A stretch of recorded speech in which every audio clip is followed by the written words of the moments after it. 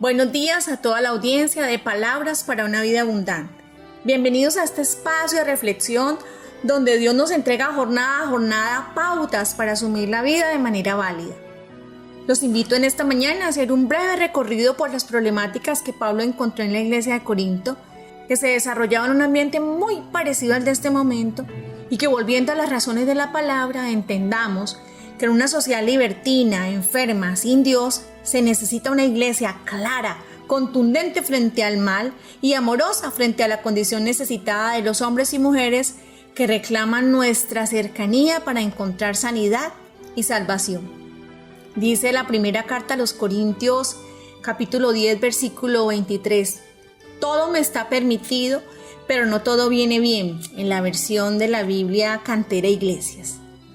Corinto era un lugar de confluencias. Por su ubicación geográfica estratégica y su condición de puerto marítimo, se convirtió en una ciudad cosmopolita, de edificaciones suntuosas. Allí se celebraban los juegos ístmicos. Corinto tenía una economía boyante. También tenía una vida licenciosa, por lo que se le llegó a conocer como la ciudad del placer. Allí confluían también muchas religiones. Las más representativas tenían que ver con Afrodita, la diosa del amor. En su templo se practicaba la prostitución sagrada y se encontraba también el templo Apolo, donde se contrataban hombres prostitutos para satisfacer los deseos sexuales de los devotos de ambos sexos. En medio de todo ese panorama, el apóstol Pablo se dedicó a predicar el evangelio y pudo constituir una iglesia mayoritariamente por judíos que habían llegado allí producto de la dispersión, y a ese ambiente comunitario se fueron sumando esclavos gentiles de diferentes condiciones sociales, morales, culturales. A esta comunidad le escribe Pablo, dando respuesta a una serie de inquietudes que tienen los hermanos en Corinto. Pablo conoce bien las fuertes influencias de pensamientos religiosos, entre ellos las de los gnósticos y las posturas que estos tenían sobre la materia. En este caso, sobre el cuerpo humano, del que dicen no fue creado por Dios, sino por una deidad inferior, careciendo de calidad ética. Por tanto, decían los gnósticos, los excesos del cuerpo no afectan al espíritu, el cual, según ellos, es el único heredero del cielo.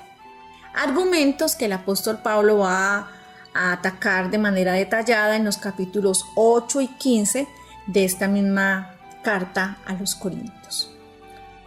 Pablo entonces se dedica a mostrarles, a través de la carta a los hermanos, la realidad de la verdadera libertad cristiana, que está enmarcada dentro del territorio del amor. Todo me es lícito, predicaban los gnósticos, pero no todo es provechoso, puede incluso hacer dañino. No me dejaré dominar por nada, les respondía Pablo, y nos dice también hoy a nosotros. Dominar, como nos ha enseñado el pastor, hablando de la capacidad que estamos llamados a desarrollar con los recursos que nos da el Espíritu de Dios para someter las condiciones que van aflorando en nuestro interior y no corresponden a la condición de los hombres y mujeres que han decidido dejarse guiar por la claridad del Dios que nos trajo a la vida y nos llama a cumplir sus propósitos. Todo está permitido, dicen algunos, sí, pero no todo es conveniente. Y aunque todo esté permitido, no todo ayuda al provecho espiritual de los demás. Esta es la versión de la Biblia hispanoamericana. En la primera carta a los Corintios, el capítulo 10, el versículo 23, Pablo está orientando sobre si comer o no la comida sacrificada a los ídolos. Repite una expresión que ya había usado en la misma carta, en el capítulo 6, el verso 12. Todo me es lícito, pero no todo conviene. No todo es provechoso. Todo me es lícito, pero no todo edifica. Entonces, Pablo, orientando a los hermanos, les propone unas orientaciones en el uso consciente de la libertad, partiendo que se ha de buscar el interés del otro por encima del propio. Y les dice entonces en el versículo 25, de todo lo que hay en la carnicería se puede comer porque todo es bueno si se toma con acción de gracias. Y en el versículo 28 dice Pablo, si hay quien sepa que esa comida fue sacrificada a los ídolos, entonces evite comer, por esa conciencia de quien sabe y por la conciencia propia. Y en el versículo 29 nos dice, si se presta para malos entendidos, entonces no hay razones para afectar la conciencia de los otros, para generar escándalos. Aquí se trata de comer dando gracias a Dios sin afectar a los demás. Los gnósticos asumían que el cuerpo es para las viandas y las viandas para el cuerpo. Primera carta a los Corintios, el capítulo 6, el versículo 13. Los alimentos son para el vientre y el vientre para los alimentos, dicen, y Dios acabará con ambos, pero el cuerpo no es para la fornicación, sino para el Señor, y el Señor para el cuerpo, atacando Pablo otra problemática que se presentaba en la comunidad de los Corintios. Bien sea por lo que se ingiere, como en el caso de los alimentos, o por lo que se hace con el cuerpo, en el caso de la fornicación, los cristianos asumimos que nuestro cuerpo es una condición muy especial, es todo lo que tenemos para hacer y desde allí podemos hacer. Es en nuestro cuerpo donde se expresan todas nuestras dimensiones. Especialmente nos vemos dignificados por Dios para unirnos a un llamado superior a nosotros mismos desde lo individual, para ser Cristo, el cuerpo donde nos unimos a Jesús, que es la cabeza. Somos un territorio santo, le pertenecemos a Dios, somos para su honra, para su gloria, para su alabanza. Hacemos parte del programa Cristo, que nos hace un llamado a santificar la vida, a apartarnos, a ser diferentes, a ser distintos, a entender que si bien puedo hacer lo que quiero, o bien puedo dejarme someter por mis condiciones elementales, lo circunstancial, las sensaciones, las emociones, los sentimientos, las inclinaciones, las pasiones, las ideas que van surgiendo desde mi interior. Dios me ha hecho un llamado superior, como dice el versículo 13. El cuerpo es para el Señor. Somos miembros de Cristo. Por tanto, sometemos voluntariamente nuestra vida, nuestro cuerpo a su pensar, proceder, vivir. Ya no vivimos nosotros. Cristo vive en nosotros, como lo dice el mismo apóstol Pablo a los hermanos en Galacia, en el capítulo 2 de Gálatas, el versículo 20. Por lo que ya no decimos, puedo hacer con mi vida lo que quiera, puedo decidir como mejor me parezca, puedo asumir mi existencia de cualquier manera, porque voy entendiendo que fui diseñado para un propósito superior. Esto es, le creo al Dios que me trajo a la vida con propósitos muy definidos para este presente y para la eternidad.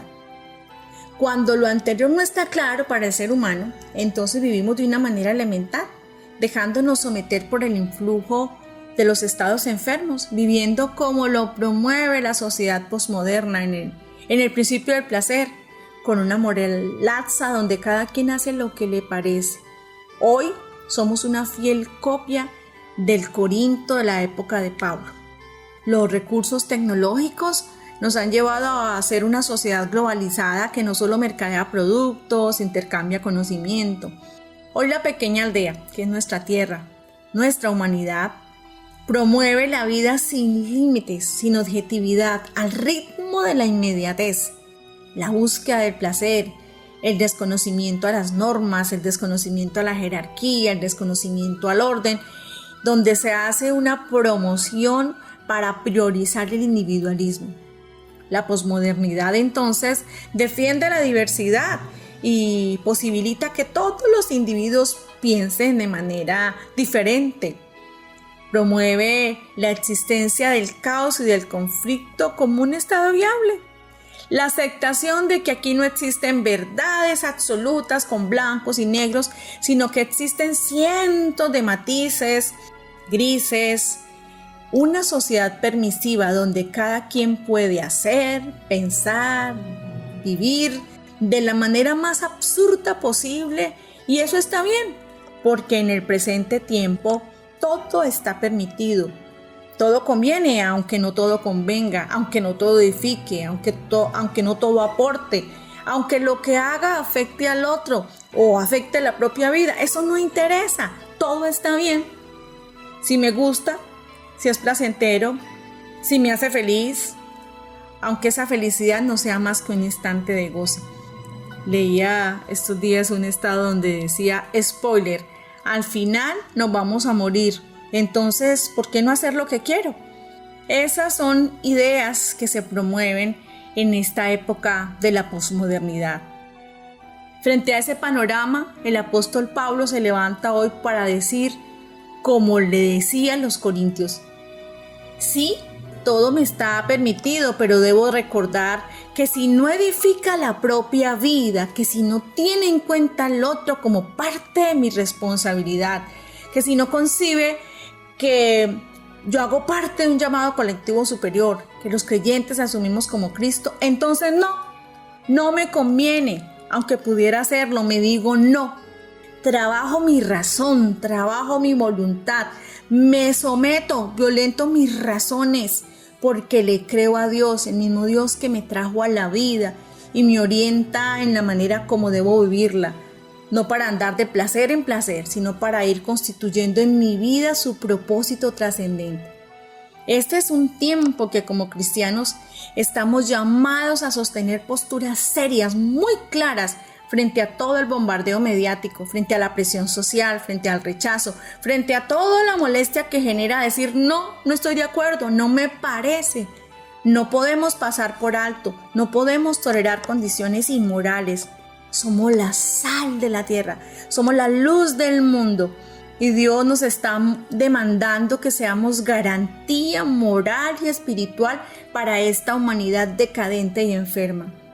Dejarse dominar por las pasiones, por las ideas, sometidos al desenfreno, al gusto, por no desarrollar la capacidad para funcionar de manera clara en la cascada de poder, como veíamos hace poco en el seminario de crecimiento afectivo y que el pastor Jorge lo ha definido con ese término, entendiendo que desde el afecto, pasando por la razón hasta llegar a la voluntad, estamos llamados a desarrollar condiciones en nosotros que nos permitan liberarnos, porque no hacerlo nos convierte en esclavos. Dios, por el contrario, nos está llamando a ser dueños de nuestra propia vida y renunciar a todo tipo de esclavitud, desarrollando esa capacidad para que se vaya generando en nosotros una conciencia superior que nos permita funcionar desde arriba y no desde las condiciones inferiores. Es el momento para trabajar la disciplina, como el mismo apóstol Pablo invita, al estilo de los deportistas o de los que asumen la milicia, haciendo buen uso de la libertad para edificarnos y para edificar a otros. Dice Pablo en el capítulo 11 de esta primera carta a los Corintios, en el versículo 1, que seamos imitadores de Él como Él se ha convertido en imitador de Cristo. Y como también el mismo apóstol lo dice escribiéndole a la iglesia en Roma en el capítulo 15, en el versículo 3, que todo lo que hagamos nosotros sea para gloria de Dios. Estamos entonces invitados en este presente para que hagamos una seria evaluación de la manera como estamos viviendo y asumiendo la existencia. Si estamos viviendo el día a día en razón a lo que va surgiendo en nosotros, y entonces somos presa de nuestras ideas, de nuestros gustos, de nuestras apetencias, de nuestros impulsos, de la manera elemental como vive el común de la gente. Y si es así, entonces es tiempo de volver a Dios, es tiempo de convertirnos, es tiempo de entender que Dios tiene planes y propósitos trascendentes con nosotros. Hoy es tiempo de salvación. Los invito a que hagamos el análisis de nuestra vida hoy y los invito a que frente a la realidad que nos arroje ese análisis tomemos decisiones, tomemos posturas. Dios está cercano, Dios es real y Dios quiere sanarnos, Dios quiere salvarnos. Dios se convirtió en alternativa para esa sociedad en Corinto y Dios se convierte en alternativa para esta sociedad de este tiempo a través de su vida y de la mía. Vamos a orar, vamos a pedirle al Señor que nos ayude, que nos dé la capacidad de despertar y de trabajarnos la vida, porque recursos de parte de Él hay de manera abundante y el poder de su Espíritu está en medio nuestro hoy como iglesia para llevarnos de poder en poder a crecer, a desarrollar condiciones que le permitan a Dios ser recurso para esta sociedad, para este mundo actual que tanto lo necesita, y es a través de las vidas nuestras que el Señor puede actuar en nuestra propia realidad y en la realidad de los que nos rodean. Padre soberano, Dios incomparable, gracias por tu amor y por tu misericordia, por tu realidad tan cercana a nosotros para llenarnos de amor y de posibilidades y de alternativas. Gracias, Padre, porque nos ha correspondido vivir en este tiempo, que es un tiempo muy demandante, que es un tiempo que nos exige, y te damos las gracias porque si nos trajiste a este tiempo, también nos estás entregando herramientas para hacer frente a las demandas de esta realidad. Señor, aquí estamos en tu presencia esta mañana, recordando que hay alternativas de parte tuya, como las tuvo la iglesia en Corinto. Pablo les dio de manera muy acertada herramientas y recursos para que entendieran el llamado y la responsabilidad de su tiempo. Hoy nos corresponde a nosotros, Señor. Hoy estamos en medio de una sociedad muy infantil, muy elemental, donde se promueve que vivamos en razón a la inmediatez, a la emoción, a la sensación, al gusto, al placer. Hoy, Señor, no se promueve el sentido de responsabilidad, no se promueve una conciencia que crezca, que desarrolle sentido de criterios con la propia vida y con la de los demás, sino que cada quien haga lo que bien le parezca, si eso le hace sentir bien.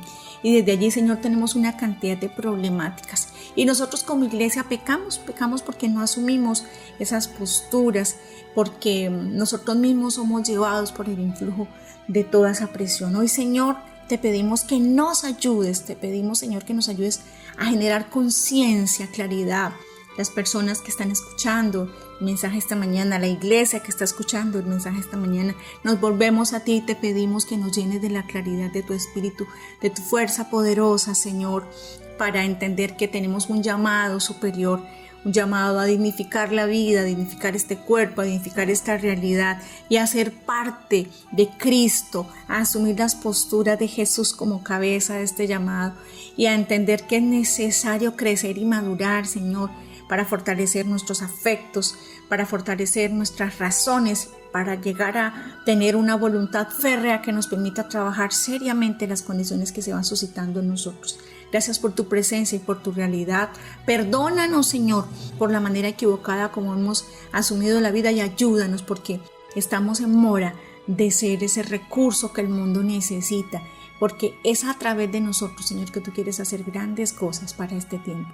Perdónanos, Padre bueno, por toda la incapacidad, por no ajustarnos a tu presupuesto, y ayúdanos, Señor, aquí estamos, cada persona que hoy está meditando en la condición de su propia vida y que está llegando a ti para encontrar soluciones y alternativas. Todo esto te lo pedimos, Padre bueno, en el nombre de Cristo Jesús nuestro Señor. Amén y amén. Un abrazo para todos. El Señor les bendiga.